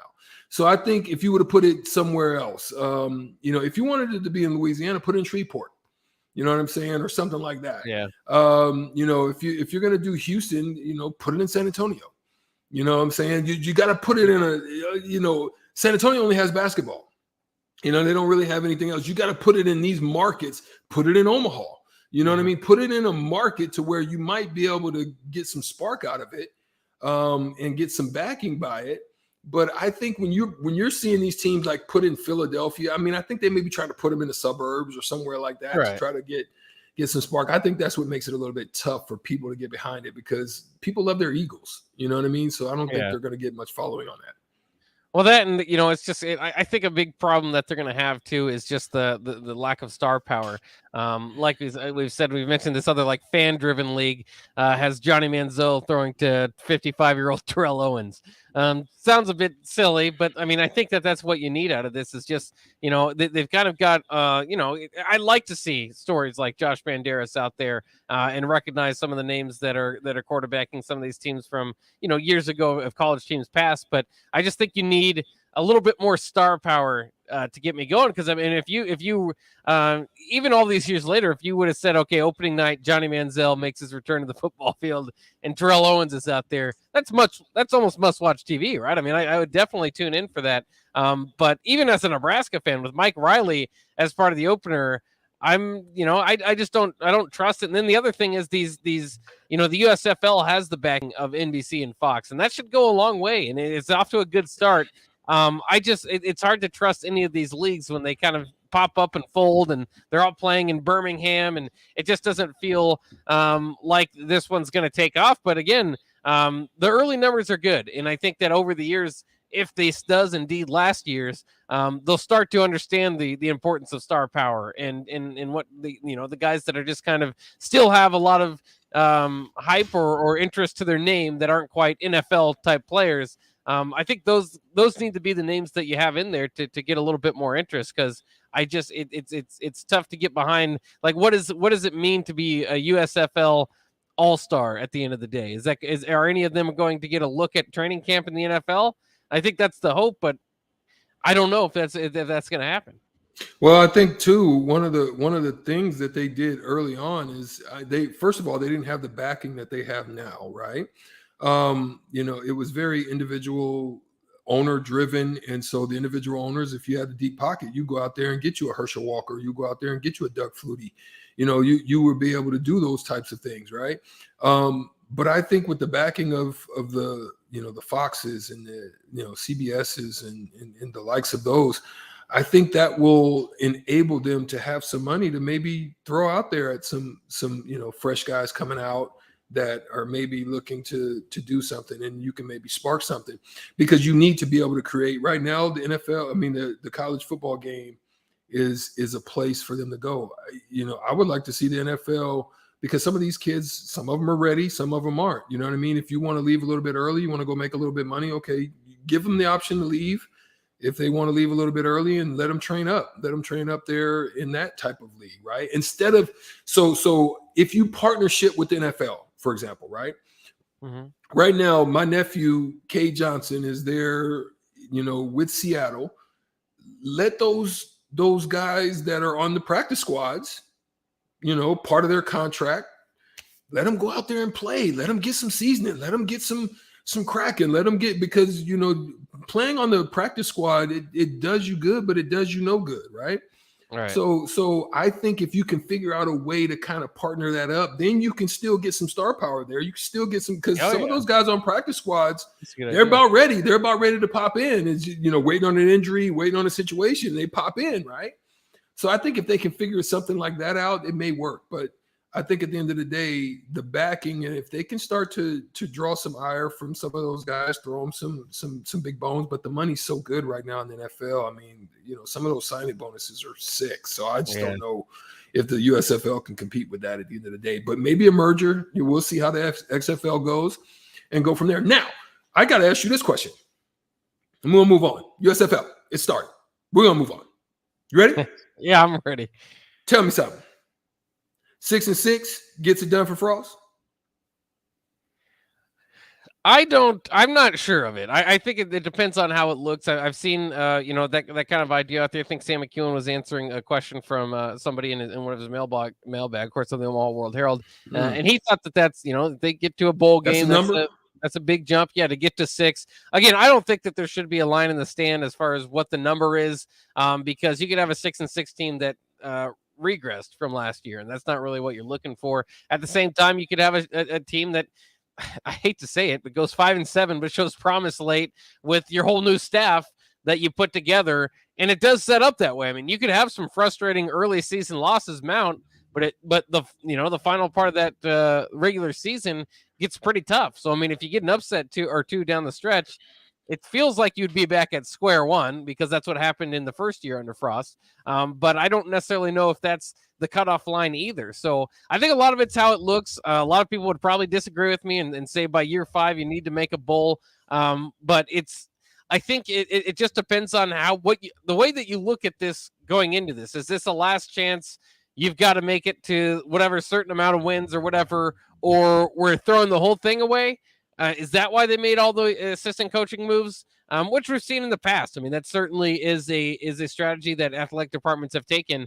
And you can kind of even think to Frank Solich's final year, where after going 7-7, they go 10-3. Bo Pelini has one of the best defenses in the nation, and they just scrap it. And they say, that still isn't on par with what we want at Nebraska. Obviously, Nebraska hasn't gone 10-3 since. But in any case, so is that kind of the way they're looking at it, or are they going to give this a legitimate shot with some of the new talent that they have on offense? Say the team's struggling and then picks up a few victories late against, gets past that line, finally beats Wisconsin or Iowa. Maybe both of them, still doesn't have a great record. Is that going to do it for you? So I don't know. I that's where I am. I don't think that I think that Nebraska football fans are a smart crowd. They can understand good football and they can understand bad football. And of course, we've had too much to see of that lately. But I just think a lot of it depends a lot more on the eye test than it does the final win mark. Now, if you're talking about 4 wins, again, I think there is a certain cutoff where you just got to say, okay, this isn't it. This, you might have had some promise here and there, but I mean, anybody at 4-8 should have a little bit of promise somewhere, right? So I think that's probably the ultimate cutoff that I would go with. But as far as a win total, I think with this schedule, you might be able to win 7 and again look worse than you did last year. So is it about bottom line? Is it about improvement? What are they looking for mostly over there with Trev Alberts in the athletic department? So let's run it down. Northwestern, your first game, must win? Yes. I mean, that is almost, just because of what we saw with Illinois last year, you're traveling halfway across the world, a team that you beat, the only team that you beat in the Power 5 last year. That's got to be a win. And if it's a loss, it's not necessarily you fire them on the spot, but I mean, you're talking about pretty close to them. If you lose a few more games early on, because your schedule is pretty weak, you could see another, either midseason firing or writing on the wall type of situation. Again, what we had with Riley. Now the only thing that's different there is you're not going to fire the athletic director. Trev Alberts obviously didn't hire Frost, has only been trying to push it along, so he's not going to get fired. So you wouldn't have that kind of obvious signal. But I think it would become rather obvious. I mean, Northwestern's a must-win, as silly as it is, more than any game we've seen recently, maybe other than that Illinois game last year. 1-0. North Dakota. Yeah, you got to take care of North Dakota. 2-0. Georgia Southern. Yeah, gotta win that one. Now I think Georgia Southern's capable. They've given people some scare every now and then. They just do something crazy, and so now you're 3-0. Oklahoma, is it a revenge game? You got them at home now. What's up? I mean, it'd be nice to win that one. You've got a new coach. They're down. A lot of people left. Right. What's up? I don't necessarily expect Nebraska to win that game. I'm sorry, that would be just because they haven't won them in quite a bit of time to win a game like that. Brent Venables is a coach I've been waiting to see coach for years. And the Sooners, like you said, they did lose a lot, but they also did a pretty good job in the portal as well. So all right. I don't think that's a win. 3-1. Indiana should be a win coming off last year, but that doesn't necessarily mean anything. But yeah, I'd count it as a victory. Okay, 4-1. Rutgers away.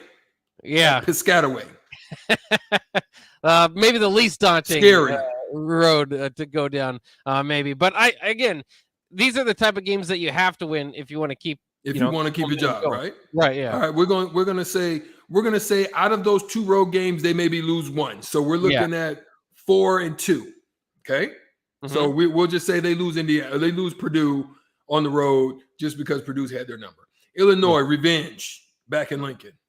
Yeah, again, another one that you've got to win, but Brett Bielema has had a cup of coffee in the league, and he's already got a victory over you. And I think that program looks like it's heading in the right direction. Mm-hmm. That's the type of grinded-out game that Nebraska could – that could be a game. That's one to circle as like, okay, if things are struggling and then they lose that one, that could be the one that kind of lets you know what's happening. So I think that's a turning point game.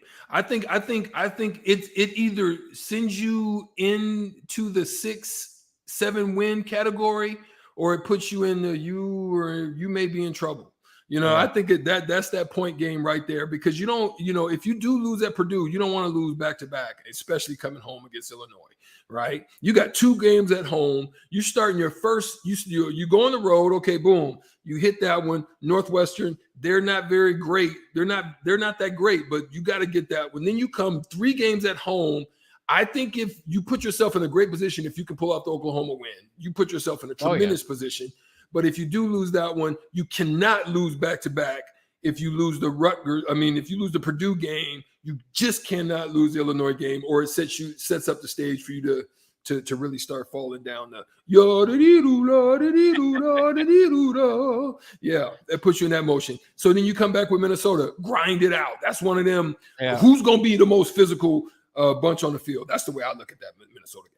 Yeah, well, and again, this begins the stretch where I just can't pick Frost against somebody he hasn't beat lately. PJ Flex won the last 3.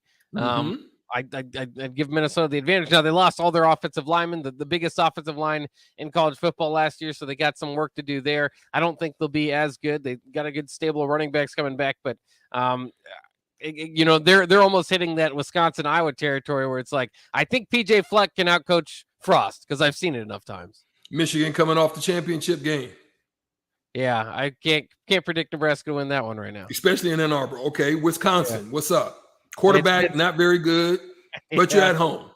Braylon Allen is very good. And again, they haven't beaten Wisconsin since 2012. I'm going with Nebraska. Or I'm not going with Nebraska there. Iowa, you dropped the ball at home, had it in the bag, but now you got to go to Iowa City.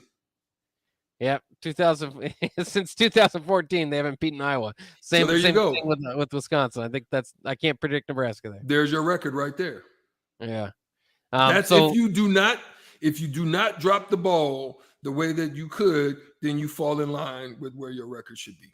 But you hate to be going out your last 4 games, possibly last 3 games with L's going into a bowl game. That's just not the way to go.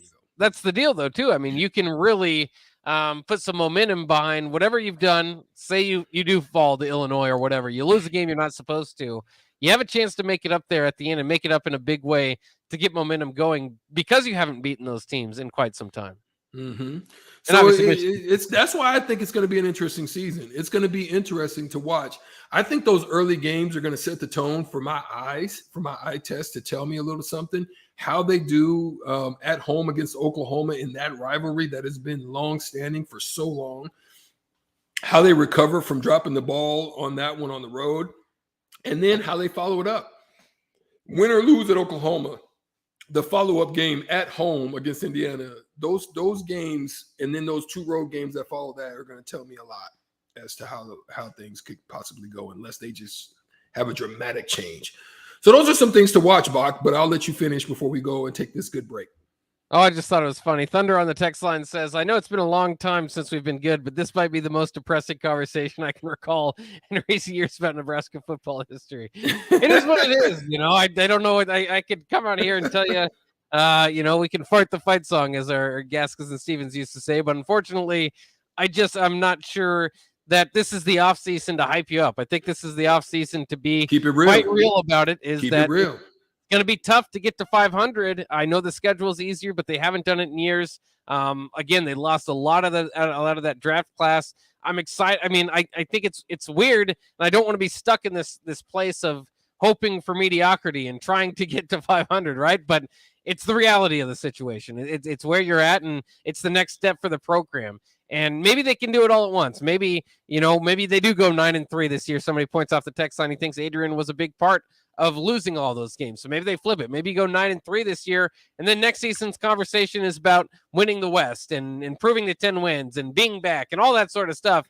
But it's just been too long. And again, I mean, like Wisconsin and Iowa, I don't think that just individually those games are automatic losses, or those are like, beasts to compete with. I think, they've played them close a lot of these games. It's just the track record is so long, and Scott Frost's record against the Big Ten West other coaches there is so poor that I want to be intellectually honest and not just trying to hype you up. Just throw something up blow some smoke, some peyote up. Yeah. Mm-hmm. Now there's some time for that too. When the summer comes around and it gets exciting, and I buy in with the Kool-Aid with everybody else. But I just think it's a long off season to be hyping that sort of thing up. And I think that if we're all honest about it, this year's goal is to make a bowl game, and that's that's the starting point. That's the launching point to where Nebraska can go from there.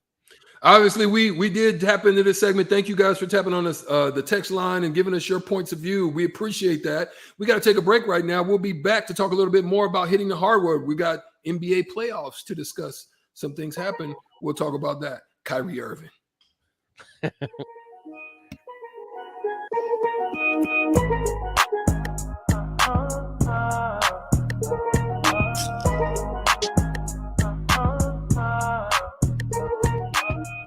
2-1 count, and that's a deep drive into the gap. Smith rounding first base. It's a stand-up double. Hey, Nick, speaking of doubles, did you know Wings and Rings has 2 ways to enjoy their next level food? Rico, we're in the middle of a game.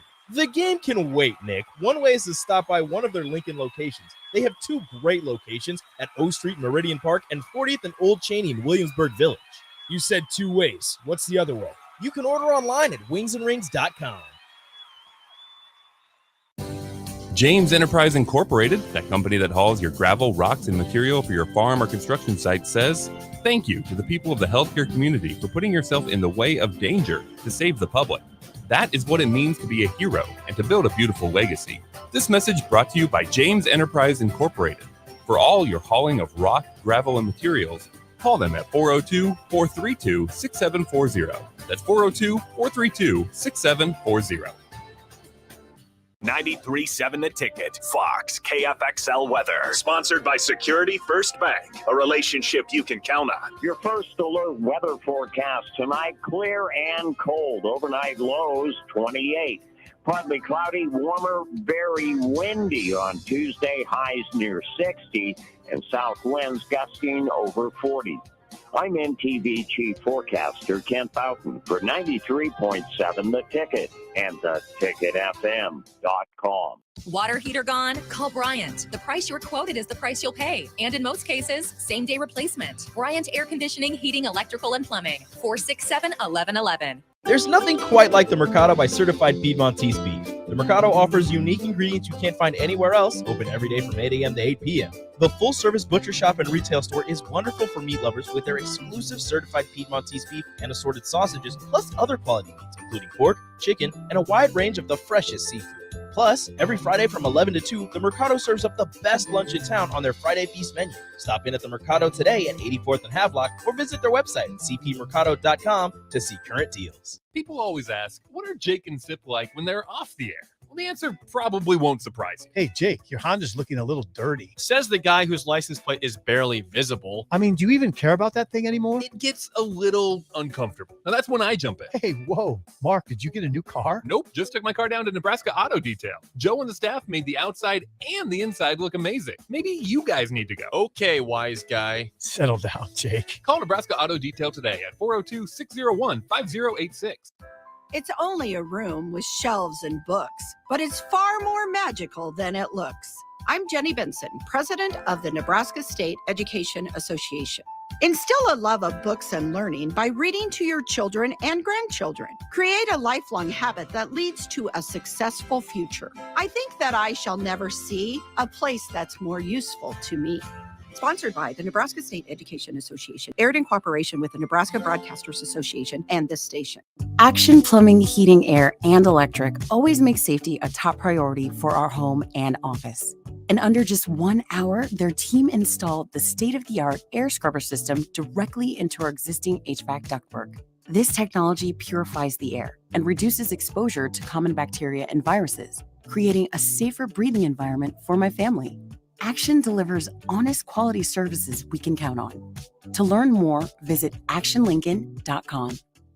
There's not many things worse than having plumbing issues at your home or business, but it's even worse if the problem isn't fixed correctly. Select Plumbing gets it right the first time, and they specialize in several things: general plumbing, water heaters, faucet and fixture repair, underground sewer and water repairs, backflow testing, and more. Keep your property free from leaks and other issues. Call today for a free estimate at 402-560-6197. Plus, they're hiring service plumbers. Contact Select Plumbing to inquire at 402-560-6197. If you need to sell equipment and trucks, Ritchie Brothers' new Lincoln Storage Yard lets you free up space at your property and get local access to all Ritchie Brothers auctions. Drop your equipment off and sell it online at any Ritchie Brothers auction, Iron Planet, or via Marketplace E.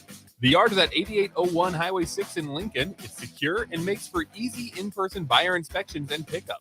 Take advantage of this yard to sell at Ritchie Brothers Great Plains Regional Auction on June 16th. For details, visit rbauction.com/Lincoln.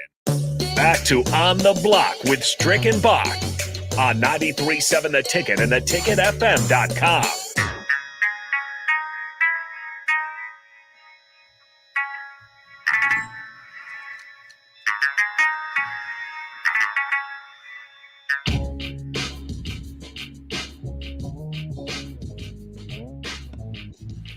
We're back. We're back on the block, hitting the hardwood with Strick. We're going to talk a little bit of NBA. playoffs over the weekend that had transpired. Saturday and Sunday was an eventful day for game ones. A lot of stuff happening out there. We're going to talk a little bit about it. Some things that happened during the games, how the Heat have overcome the struggles that they had with Spoelstra and Jimmy Butler. And now, hey, they putting it together. They got a little something going. Duncan Robinson goes nuts. The unexpected. He's capable, but, listen, he gets busy that game, and everybody now is not looking necessarily to Jimmy Butler to carry the load against the Hawks, but definitely a little trouble and struggle for Trae Young. So, there's a lot of things happening. They're great at the buzzer win for the Celtics. They look like they were about to fall short. Kyrie Irving goes nuts, and that's the one thing I think I want to talk about first. Kyrie Irving back in Boston getting booed. Everybody was just giving him the boo-hoo blues. And the next thing you know, Kyrie Irving hits him with the Busta Rhymes flip mode squad. and we just don't know yet what the fine is going to be and if there's going to be a fine. So tell me, Boxster, how would you like to be sitting in the stands and you're a Boston fan that you are? Oh, yeah. And the next thing you know, you're running your mouth, shouting at Kyrie Irving, telling him how much of a buster he is and how bad he is. And he hits you with the Busta Rhymes as he runs by you after he's killing you. He almost gives you a 40-piece chicken wing for the game and almost a victory.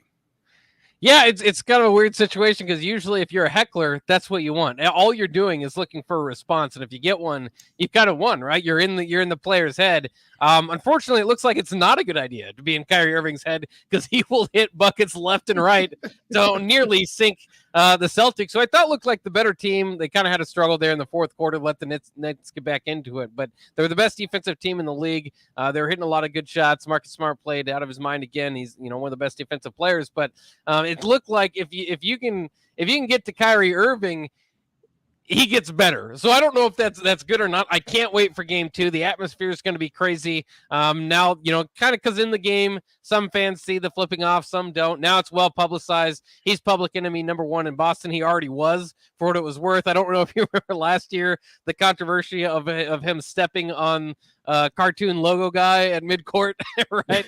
And the sage. Oh yeah, he brought the stage in. But I think it's again. Usually, I think it would be good. I don't know if you're a Nets fan, if you want him necessarily playing off the crowd. Also, I just don't know if this is ever going to end. Right? I think that was kind of what he was saying going into it. It's kind of, it's been 3 years. They need to let it go. All that he did the kind of the crying baby face type of deal when before he flipped off the fans. I don't think it's going anywhere anymore. He did a good job of kind of making him the enemy there. That if that's what he wants, that's what he's got, and it's kind of helped him to have a great game. Of course, they're at the very end.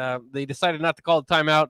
Boston does get the layup with Jason Tatum there at the end to get the win. But this series is going to be fascinating, especially you think about a game if it goes to 7 games and it's in Boston. Could just be absolutely one of the best series we've ever seen. It's off to the right foot when you already have the crowd and the star player flipping each other off. I think this is what you could have expected, out of this particular series. I think one of the things that I found intriguing was just how well they got after Kevin Durant. I mean, They were up in his grill. Jason Tatum and everyone that touched him, they did something a little bit different. They didn't put Marcus Smart on Kyrie Irving. They put a little bigger, longer guy in Brown on him. And who did they have? Let me see. They had Jalen. Yeah, they had Jalen on him. Yeah, they had Jalen on him for a good portion of the game. Yeah, a lot of switching now in the NBA. They did a lot of and they really got after it defensively, and that's what they do well. But listen, Kyrie played that well, but they still need some more help. They need some more help out of some of their other players in order to even make this series good, because you can see that Boston was getting it from everywhere. And if they continue on that, then they definitely, I think, will win that series. But we'll see how game 2 goes. Real quick, if you're Steve Nash or one of his teammates, do you talk to Kyrie about maybe toning it down a little bit, or do you think? I mean, because it does make it all about him, and I don't know if you can't really say that's not really the intention. if you're drawing all this attention to yourself? Do you see this as immature behavior from Kyrie, or is it warranted? Because, heck, I mean, we say it about any crowd, but the Boston crowd can really get to you sometimes. Well, that is one of the things that Boston has very much been known for. I mean, even when I played there, it was the same. I was grateful that for me, when I left, not because of my willingness to leave, it's because Danny Ainge wanted to go in a different direction. But here's the thing to watch for, right, is there was some balance as far as the play the amount of time that was played by certain players, right? They got great production out of Claxton off the bench, missed some free throws, but their bench work came off and did good. Goran Dragic had a really good game, 6 for 11, 1 for 3 from 3 for 14 points. That's the type of stuff that they're going to need. Now, they're young. Jason Tatum and Jaylen Brown, they're young. 45 minutes for Tatum, 40 minutes for Brown. A great balance. Smart with 20, Horford with 20.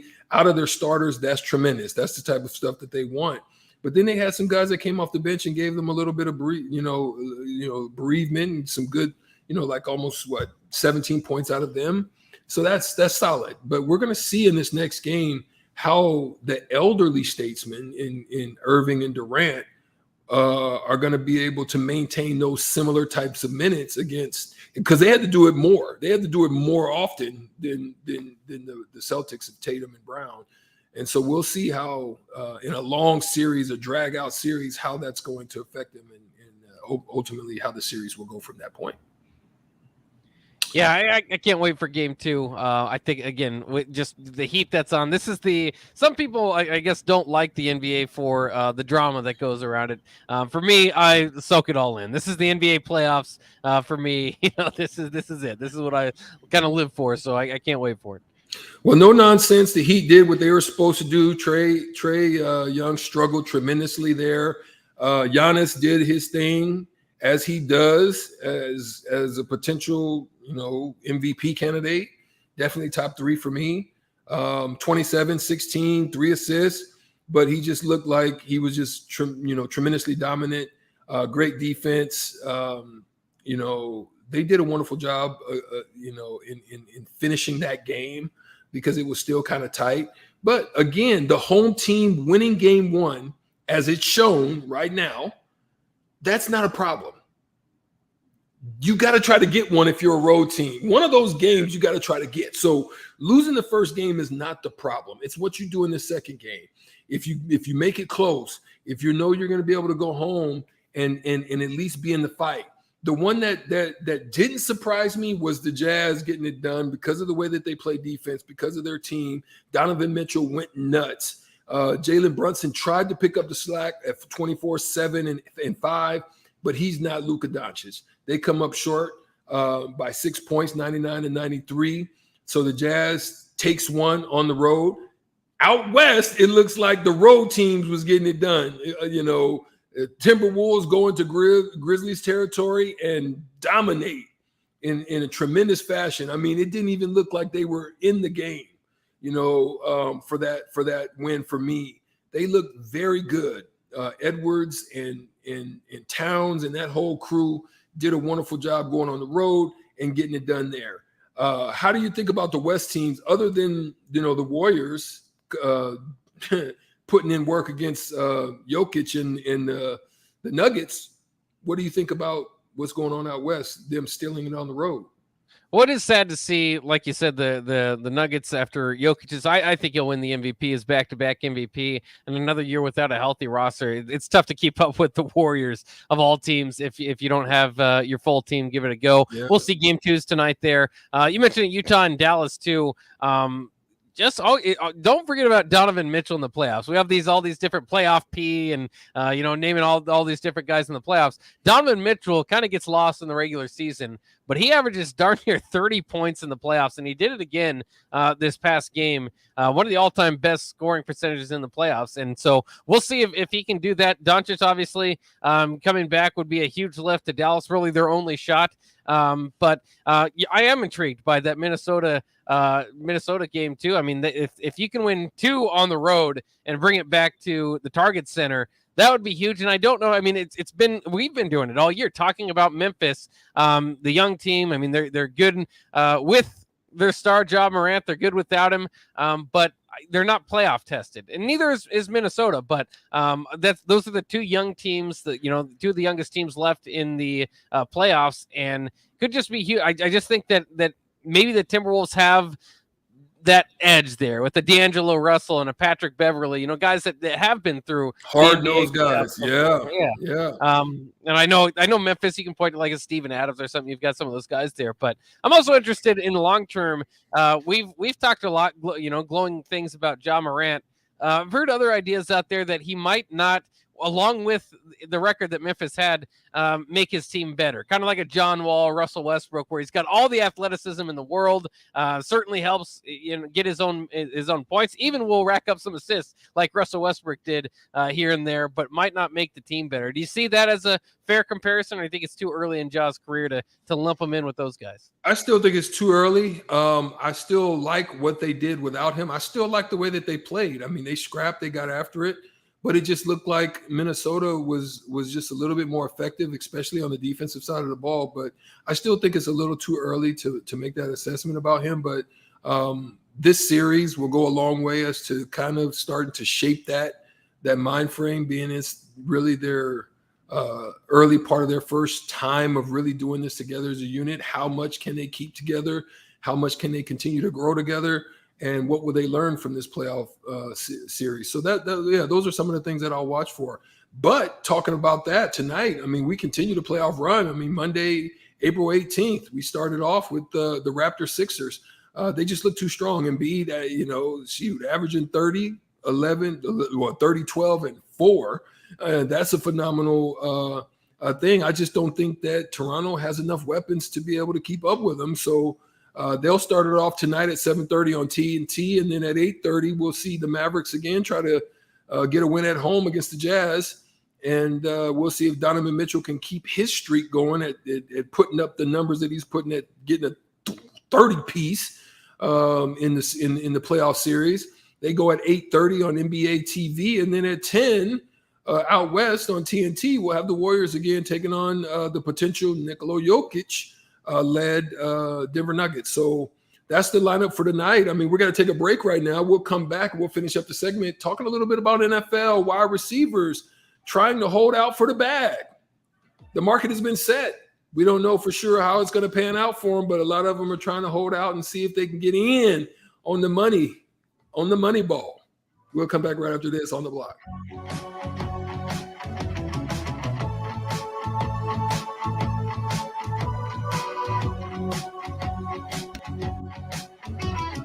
If you want to make new floor shopping easier, come to O Street Carpet. Hi, I'm Steve Carper. Our flooring professionals can help you choose the best flooring for you, your family, and your budget. We eliminate the confusion. Even better, you'll be enjoying your new flooring much sooner. No 6 or 8 week waits. We'll install right away and save you money on installation. Floor shopping made easy every day at O Street Carpet. O Street Carpet. 1732 O Street. Family owned and operated. Always the best value. Work, laundry, dishes. I was exhausted. I needed a vacation. But finding a way to pay for it, not so easy. Then I found it. A research study at Solarion. I searched the studies and found a perfect match for me. It was so easy. I earned cash for the study and booked that vacation. Plus, I made an impact on medical research. Find a study and sign up today at helpresearch.com. You should consider the risks of the research before you agree to participate. Gaina Trucking is hiring CDL Class A and B drivers.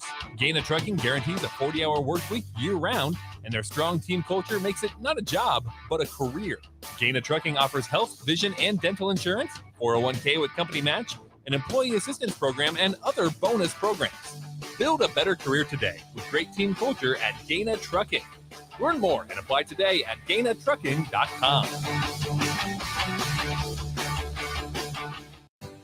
James Enterprise Incorporated, that company that hauls your gravel, rocks, and material for your farm or construction site, says thank you to the people of the healthcare community for putting yourself in the way of danger to save the public. That is what it means to be a hero and to build a beautiful legacy. This message brought to you by James Enterprise Incorporated. For all your hauling of rock, gravel, and materials, call them at 402-432-6740. That's 402-432-6740.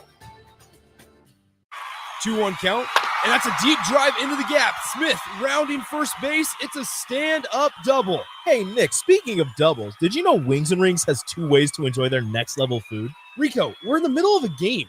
The game can wait, Nick. One way is to stop by one of their Lincoln locations. They have 2 great locations at O Street in Meridian Park and 40th and Old Cheney in Williamsburg Village.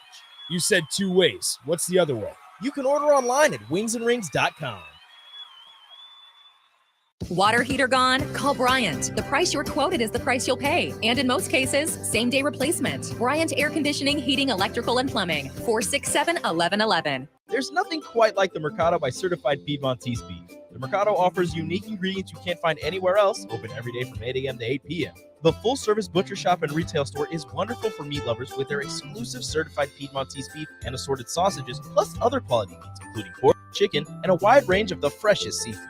Plus, every Friday from 11 to 2, the Mercado serves up the best lunch in town on their Friday Feast menu. Stop in at the Mercado today at 84th and Havelock or visit their website at cpmercado.com to see current deals.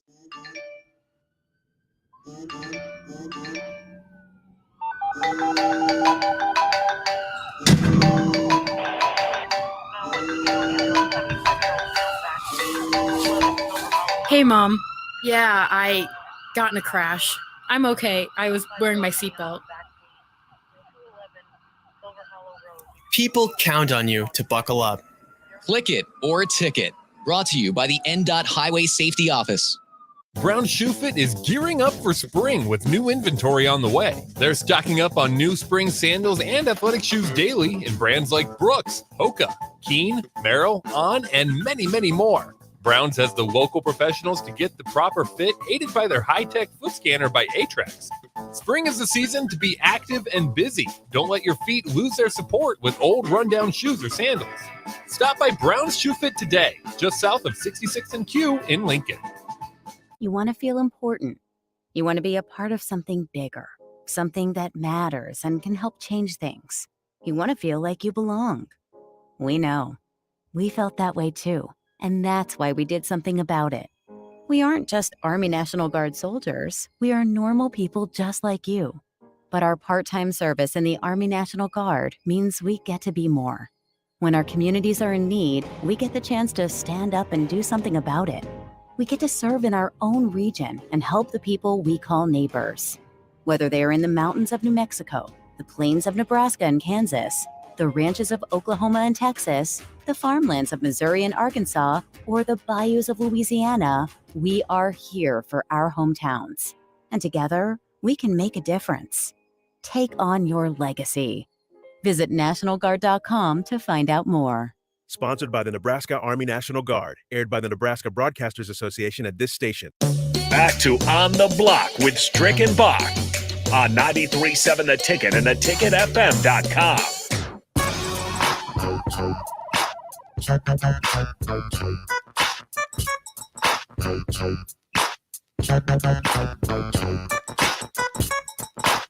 One final segment for you here on the block before we make way for ticket weeknights. And Nicole Griffith always has excellent guests on, so we'll be waiting to see what she has cooking for you. It's definitely a reason to stick around after our show. Let's talk some NFL. There's always some crazy things going on in the NFL. It's contract season. A lot of guys looking to hold out, other guys getting the big bag today. Denzel Ward is now the top paid cornerback in the NFL, signs a huge extension with the Browns. And if you remember, he was the 4th pick overall in the 2018 draft. He's now made 2 Pro Bowls. So it seems like it's been a pretty good follow-up to what they're doing drafting there. So what do you think about Denzel Ward being the top paid cornerback in the league? Is that fair? Or is it just kind of what we're seeing everywhere else, where the latest guy that could contend to be one of the best gets the top contract? I think it's interesting. There's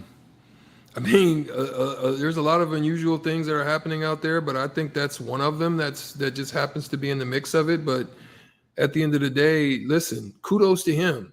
You got to play.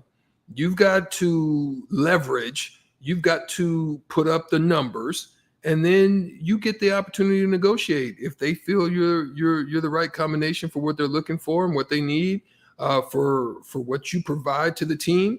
Hey, listen, if they want to pay you the bag, then go get it, baby. That's the way I look at it. Yeah, so it's a good day for the Ward family and Denzel Ward there. Good for the Ward family. 5-year, $100.5 million contract with nearly $71 million guaranteed. So definitely life-changing money there for him on his second contract. A lot of other wide receivers right now have made money this offseason, and it's making some of those other wide receivers out there maybe a little bit jealous, guys that are looking for their next big contract. Obviously, if you follow along, obviously you get pretty good money as compared to anybody else, I suppose, when you get your first rookie contract. But the big money's made in your second contract, right?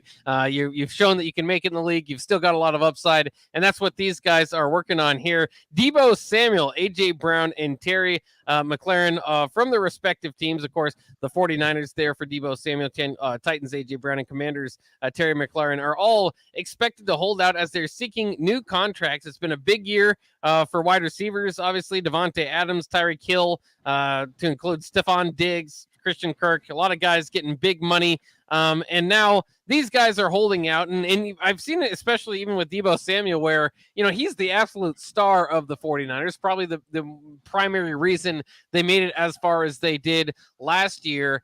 And now he's getting hate on social media for holding out. From 49ers fans.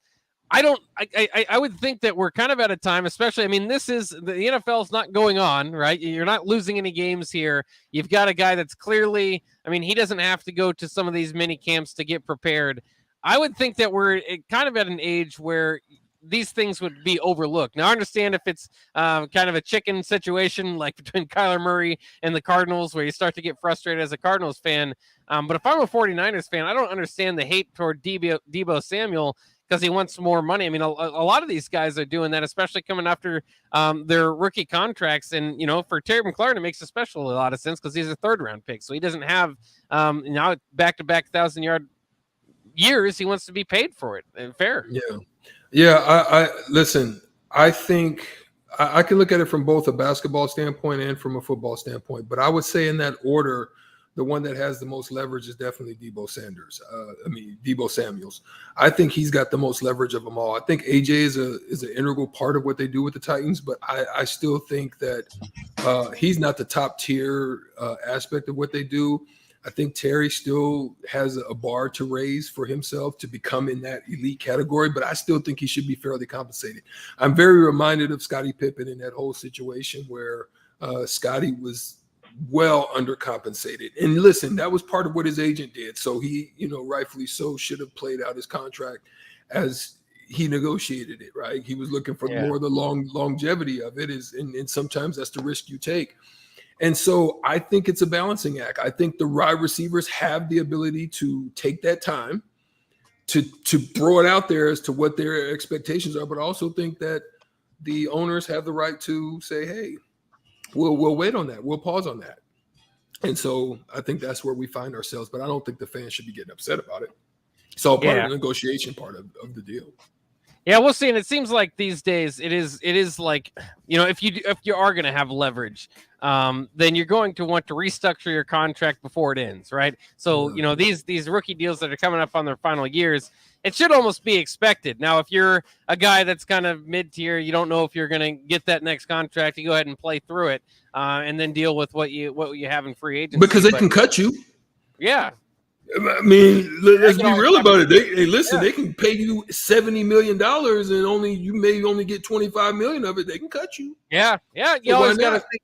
The team is always taking care of themselves first. So you always got to kind of think on your feet there. We'll take a quick break here, and then we'll be back with Ticket Weeknights with Nicole Griffith. And, of course, Nick will jump in with her. But that'll wrap it up for On the Block. Thanks for listening today. We still got 4 more shows on the week. So we'll tune in for those. And don't go anywhere. Ticket Weeknights with Nicole Griffith coming up next.